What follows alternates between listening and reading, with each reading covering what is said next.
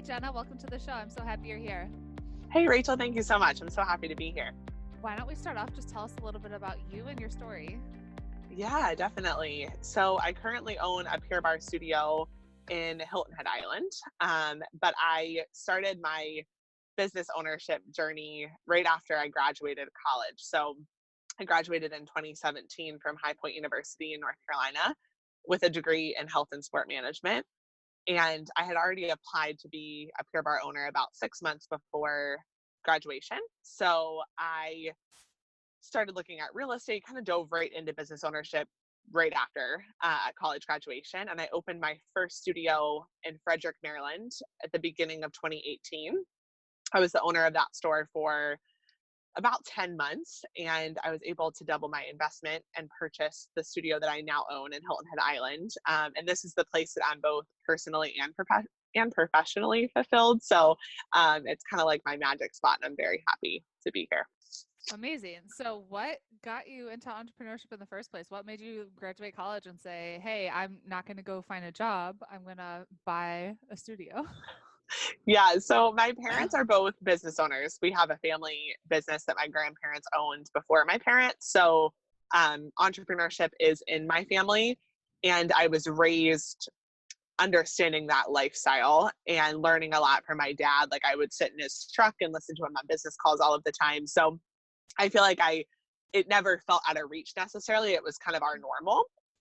And I decided to do college in 3 years. I'm kind of a go-getter. Like when I set a goal, I want to just like accomplish it and go for it. And I think that when our strengths are turned up too loud, they're weaknesses. So I have to like work through that sometimes and work on contentment. But I just felt as though the stage of life that I was in, I had no one depending on me except myself. And so even though I was young, it felt less risky at that point in time for me. And I was like, you know what? The worst thing that's going to happen is I'm going to fall flat on my face and then I have to get a corporate job after that.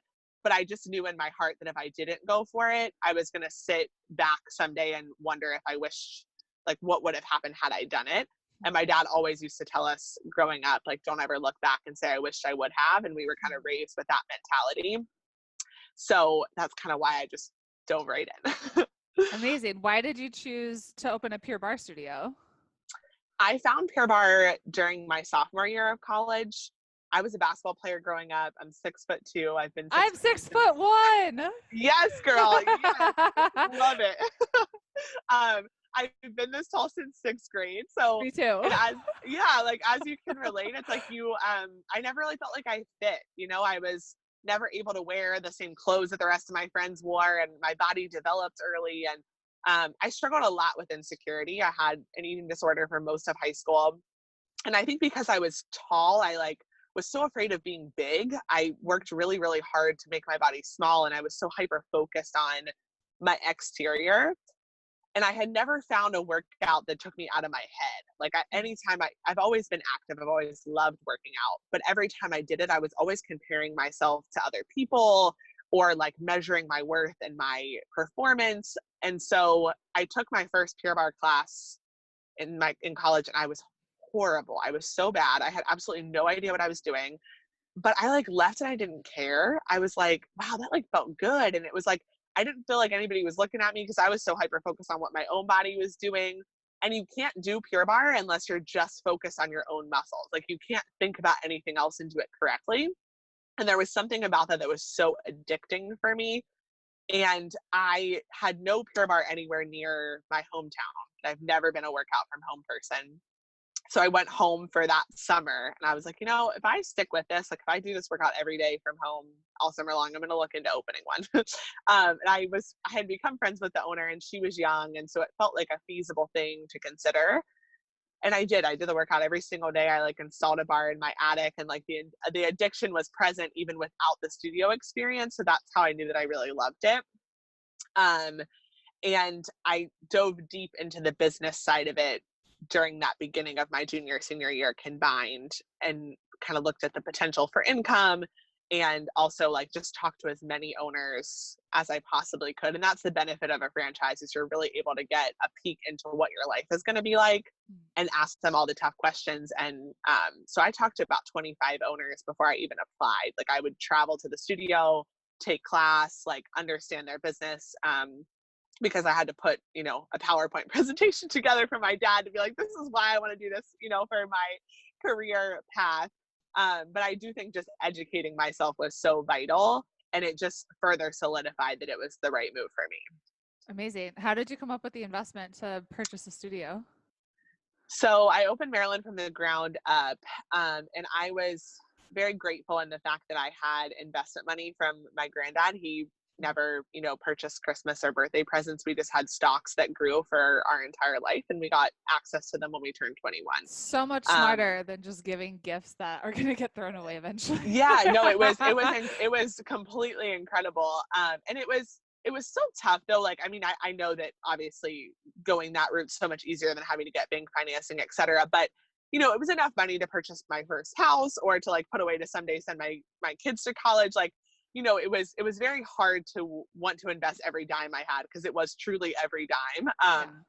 I opened my Maryland studio with $400 in my bank account. So it was like, I wiped myself out. And to make that big of an investment in yourself is very scary, especially Totally. when you've never really worked in the world before. Yeah. Yeah. That's huge. So how did you double that investment? You said you doubled it within a year?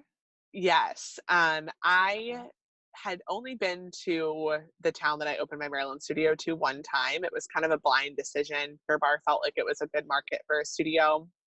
So I tend to approach everything with my heart first, which again, strength and a weakness. But I immediately opened my heart when I went to that community. I like reached out to businesses that had been in that town for a long time, and I struggle to connect superficially. Like, when I meet you, I want to know your heart. I want to know like what makes your world spin around and what's very important and sacred to you.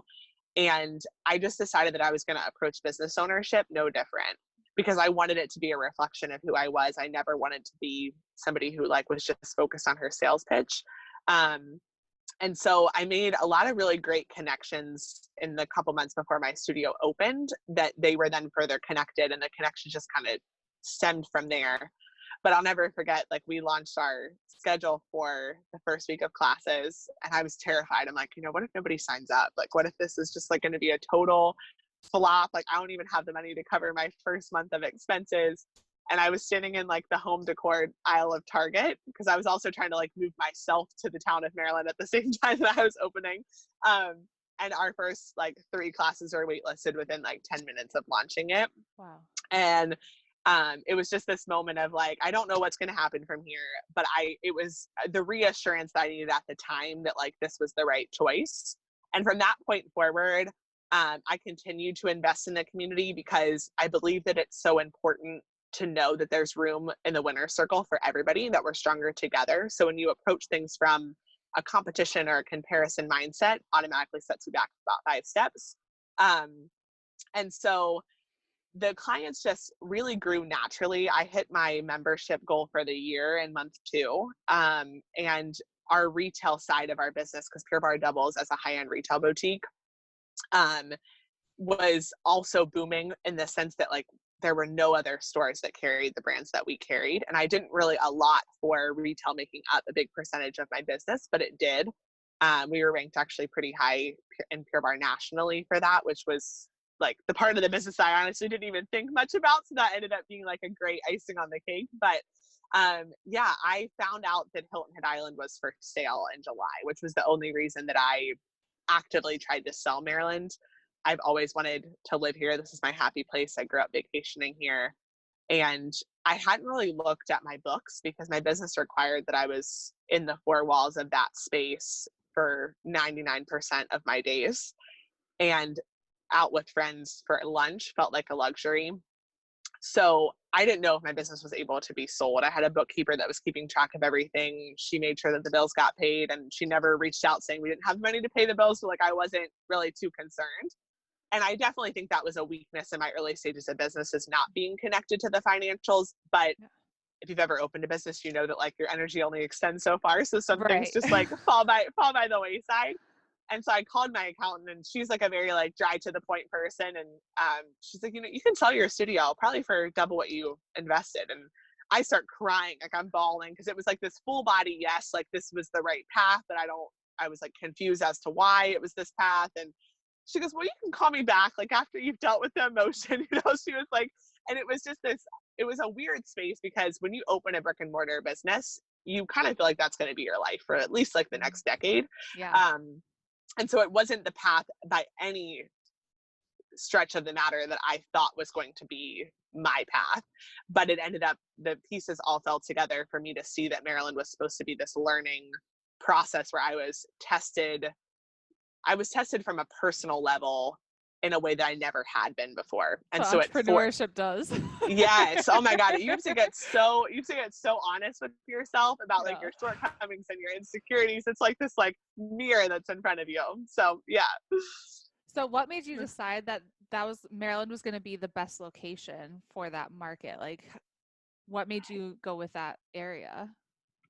There wasn't really a lot of reasons behind why that was my decision. The markets that I would have necessarily chosen were already taken. And at that point in time, I didn't want to buy an existing studio, which I did do in Hilton Head. I did buy one that had already existed for 4 years prior. But I wanted to open one from the ground up. So I had a list of markets that were available from corporate. And Frederick was only 2.5. I grew up in Pennsylvania, so it was only 2.5 hours from my hometown. And also a market that my parents were familiar with. My dad went to college pretty close to there. So it felt like the most familiar option that I could choose, but it was very blind. Yeah. Yeah.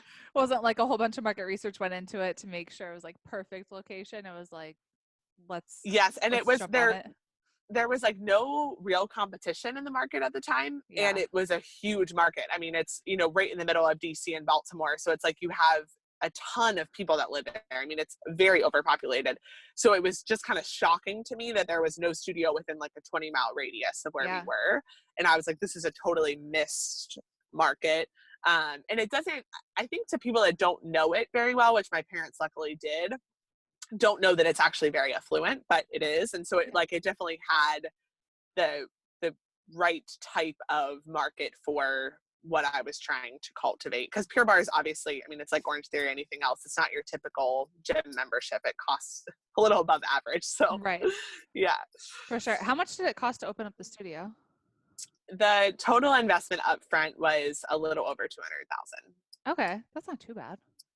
Yeah, it's not horrible. I mean, all of the construction falls under you. The biggest expense outside of construction is the franchise fee. How much is the franchise fee? For Pure Barre at the time that I did it, it was $46,500 per year.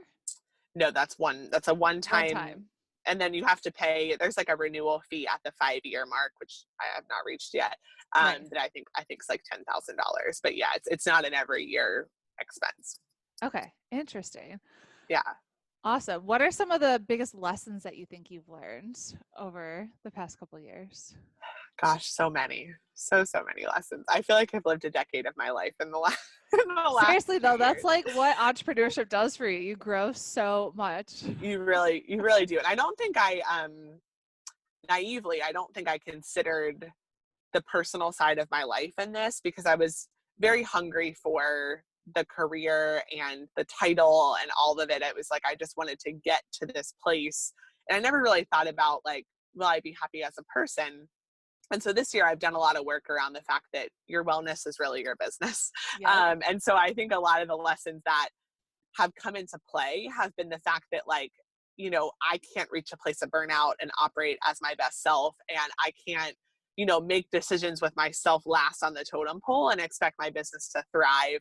So a lot of it has been around getting honest with learning how to ask for help, which I am horrible at. When I opened my Maryland studio, my first round of hiring was horrible. And that's like the nicest way that I can possibly word it. I took 7 girls to training. 1 passed her test out video. So when we opened, I was teaching 35 out of 42 classes every single week. And I was almost terrified to hire because I'm like, well, I'm obviously not good at it. So why would I do it again? Because like, obviously I don't know how to hire, it's like, I just like pushed it to the back of my mind.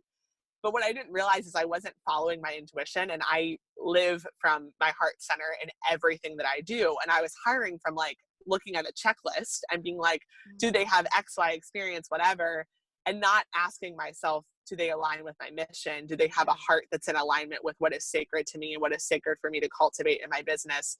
I wasn't trusting myself. And I think that especially when you're a young entrepreneur, but I think being a business owner in general, you have so many people telling you how you should do things, or you see so much on social media that it's like, you're almost made to feel like you're inadequate and like you don't know what you should do. Right. And I believe that intuitively we always know what we need. It's just like we have to get quiet and still enough to hear those answers and to have the courage to follow them.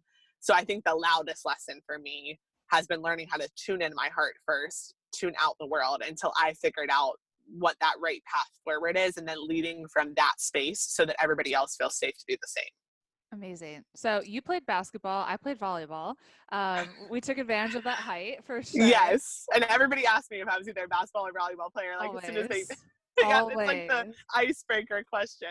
Totally. Do you think there's anything that you took from basketball that has been able to help you succeed in business? Yes. My high school team was number 1 in the state. So we pretty much operated like a college basketball team. Yeah. So we played 51 out of 52 weeks of the year. We didn't have much of a life outside of that. And so I think that dedicating myself to something that felt bigger than me was definitely a part of my basketball journey. And that's something that still shines through in being a business owner.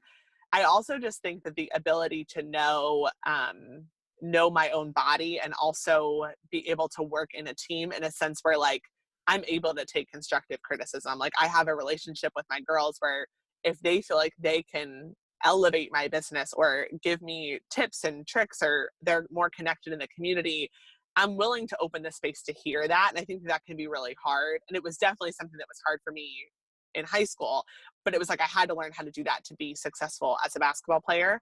And I think as a business owner, we have to learn how to take constructive criticism very early on, because we can only expand so far. And so learning how to reach and allow other people's talents to meet your weaknesses has been incredibly important for me in my own journey.